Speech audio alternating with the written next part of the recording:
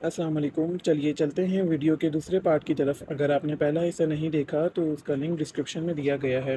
جب آپ صلی اللہ علیہ وسلم بیت المقدس میں پہنچے، فرماتے ہیں راستے میں ایک آواز داہنی طرف سے اور ایک آواز بائیں طرف سے سنی کہ اے محمد صلی اللہ علیہ وسلم کھڑے رہو، تم سے کچھ سوال کروں گا۔ میں نے اس آواز کا کچھ خیال نہ کیا اور وہاں سے آگے بڑھا۔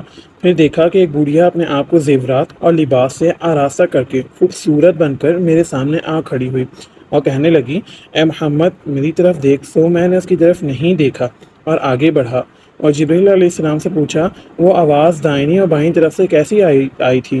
بڑھیا سنگار کی کون کھڑی تھی؟ جبرائیل علیہ السلام نے کہا، آواز دائنی طرف یہودیوں کی تھی، اگر آپ جواب دیتے تو سب امت آپ کی یہودی ہو جاتی، اور جو آواز بائیں طرف سے آئی تھی وہ نصرانیوں کی تھی، اگر آپ جواب دیتے تو سب امت آپ کی نصرانی ہو جاتی، اور وہ بڑھیا سنگار والی دنیا تھی، اگر آپ اس کی طرف دیکھتے تو سب امت آپ کی غلبہ دنیا میں ہلاک ہو جاتی۔ اس کے بعد 3 پیالے لائے گئے، ایک پیالہ شہد کا، دوسرا شراب کا اور تیسرا دودھ سے بھرا ہوا تھا۔ یہ تینوں پیالے میرے سامنے لائے گئے، میں نے دودھ والے پیالے کو اٹھایا اور اس کا سارا دودھ پی گیا اور باقی کی طرف کچھ خیال نہ کیا۔ یہ دیکھ کر حضرت جبرائیل علیہ السلام نے کہا، آپ نے بہت خوب کیا جو آپ نے دودھ کا پیالہ اٹھا لیا اور اس کا دودھ پی لیا۔ دودھ سے مراد دین اسلام ہے۔ اور پھر وہاں سے دوسرے مقام میں آ گئے تو حضرت جبرائیل علیہ السلام نے کہا، آپ اس جگہ 2 رکعت نماز پڑھیے کیونکہ یہ جگہ طور سینہ ہے۔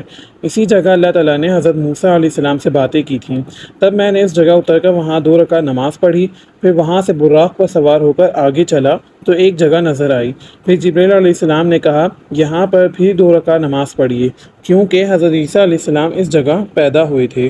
اور اس جگہ میں بیت المقدس گیا اور تمام ملائکہ نے آسمان سے نیچے اتر کر کہا، السلام علیکم یا نبی الآخر، اور کہا، سبحان الذي أسرى بعبده ليلا من المسجد الحرام إلى المسجد الأقصى الذي باركنا حوله۔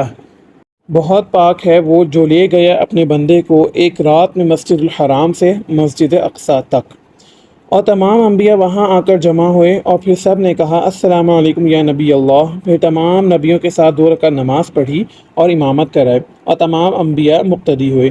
ایک روایت میں ہے کہ مکہ معظمہ سے بیت المقدس تک 3 مہینے کی راہ ہے، لیکن رسول خدا صرف 2 قدم میں وہاں پہنچے۔ یہ آپ کو معجزہ اللہ تعالیٰ کی طرف سے عطا ہوا تھا۔